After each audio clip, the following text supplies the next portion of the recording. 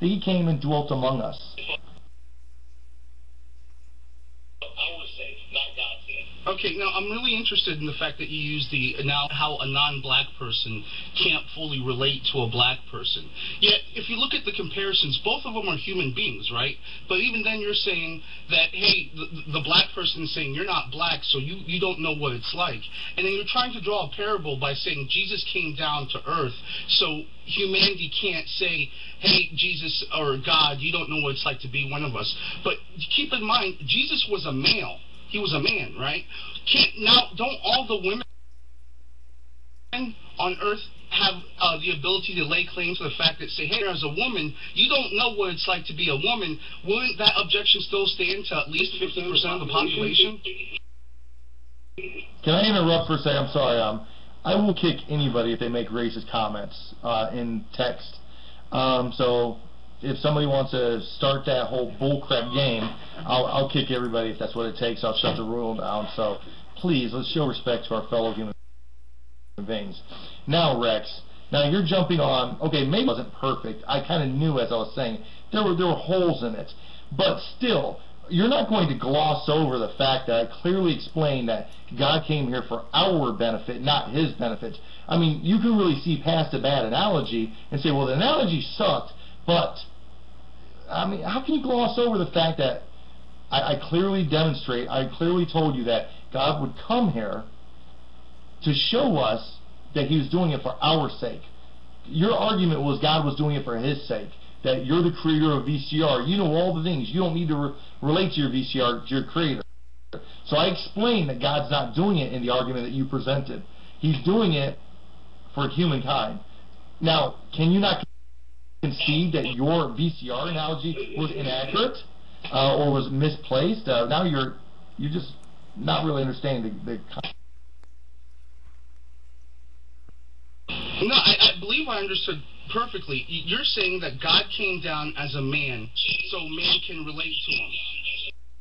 I'm saying that you're neglecting 50%. I mean, if this is the logic, you're saying this is the logic that God uses. I'm disagreeing with this logic.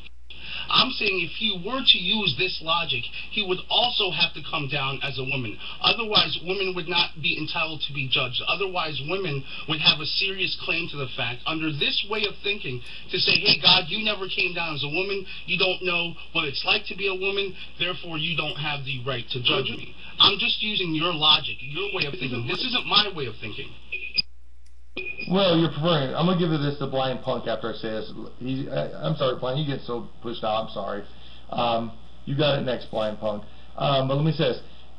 Yeah, I see where you're going with this, but by that argument, then if he did come down as a woman, then he'd also have to come down as a Filipino, and as an Asian, as a black person, and a black man, and a black woman, and a Filipino man, a Filipino woman, and then he'd have to come down as a hermaphrodite, too, because he would also have to come down as a gay man and a gay woman. I mean, come on. He came down as a human being.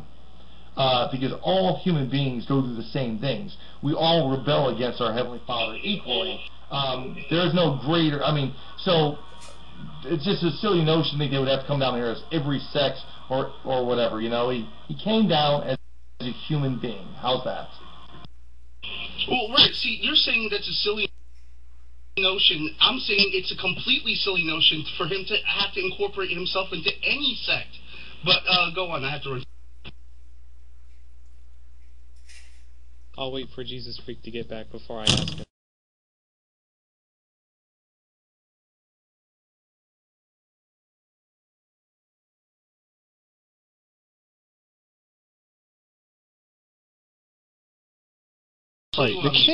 You're saying in Christianity you believe Jesus died for all the sins of mankind, right? Like, that's your belief. He came down, he was crucified for the sins of mankind. Yet, Christians have to believe this, or there is no salvation without this belief. So therefore, not having this belief is a sin. But he already paid the price for all sins.